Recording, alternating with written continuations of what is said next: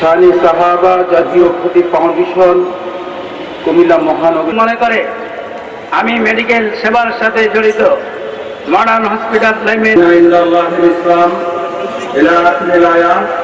আজকে শানে সাহাবা এই সংগঠনের কাজ কি, এই সংগঠন কি কার্য। প্রধান আলোচক হিসাবে বক্তব্য পেশ করবেন বাংলাদেশের টেম্পো শ্রমিকদের সংগঠন আছে, বাংলাদেশের শ্রমিকদের শ্রমিকদের সংযুক্ত দিবেন শানে সাহাবা জাতীয় ক্ষতি ফাউন্ডেশন আজকে মাননীয় জন্য তিনি আলেম সমাজের পক্ষ থেকে ভূমিকা রাখবেন ইনশাআল্লাহ। এই আশা শানে সাহাবা জাতীয় ক্ষতি ফাউন্ডেশনের গুরুত্বপূর্ণ মতামত আমরা নিয়েছি। মকফের মতওয়াল্লি সমিতি কিছুটা দিয়েছে। আমরা আশা করি আগামী 15 দিনের ভিতরে আমরা এটা চূড়ান্ত করে ঘোষণা দিতে পারবো। তৈরি হয়ে আছে, কেবল আপনাদের একটু পরামর্শ আমি নিয়ে এটা ঘোষণা করে দেব। আমরা দায়িত্বে থাকতেই মডেল মসজিদের জন্য বেতন বাড়িয়ে নতুন একটা নীতিমালা জাতির কাছে প্রকাশ করতে পারবো।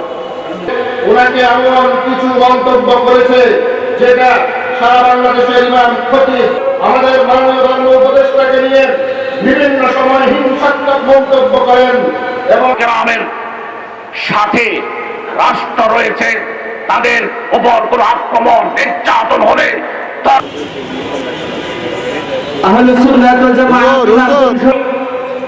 মাননীয় ধর্ম উপদেষ্টা মহোদয় এবং আজকে সে পর্যায়ে বর্তমানে আমাদের ইমাম এবং খতিবদের যে বেতন ভাতা তা অবশ্যই বৃদ্ধি করা হয়। খতিব মুয়াজ্জিন তারাও তো ওয়ারাসাতুল আম্বিয়া, আমাদের মাদ্রাসার মুহতামিম, মাদ্রাসার আসাতিজে কেরাম যে যেখানে নির্যাতিত আমরা সেবা দিয়ে আসছি আপনারা জানেন। আমাদের কুমিল্লা জেলা আহলে সুন্নাত ওয়াল জামাত ইমাম পরিষদের পক্ষ থেকে আপনার কাছে অনুরোধ, উদাত্ত আহ্বান এবং অনুরোধ রেখে আমি আমার বক্তব্য এখানে শেষ করছি। আসসালামু আলাইকুম।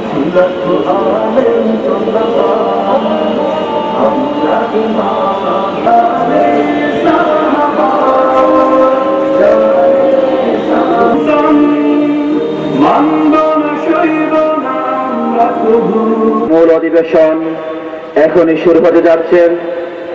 অধিবেশনের শুরুতেই আরম্ভ করি। তার মধ্যে একটি বিষয় হচ্ছে প্রশিক্ষণ। অনেকেই আমার ইমাম খতিব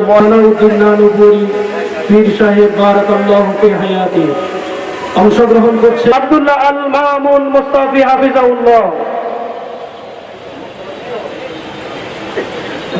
সম্মানিত উপস্থিতি, এ পর্যায়ে প্রধান অতিথি বক্তব্য নিয়ে আসছে আমাদের করে দেন। প্রিয় ভাই সব, সম্মানিত ইমাম এবং খতিব।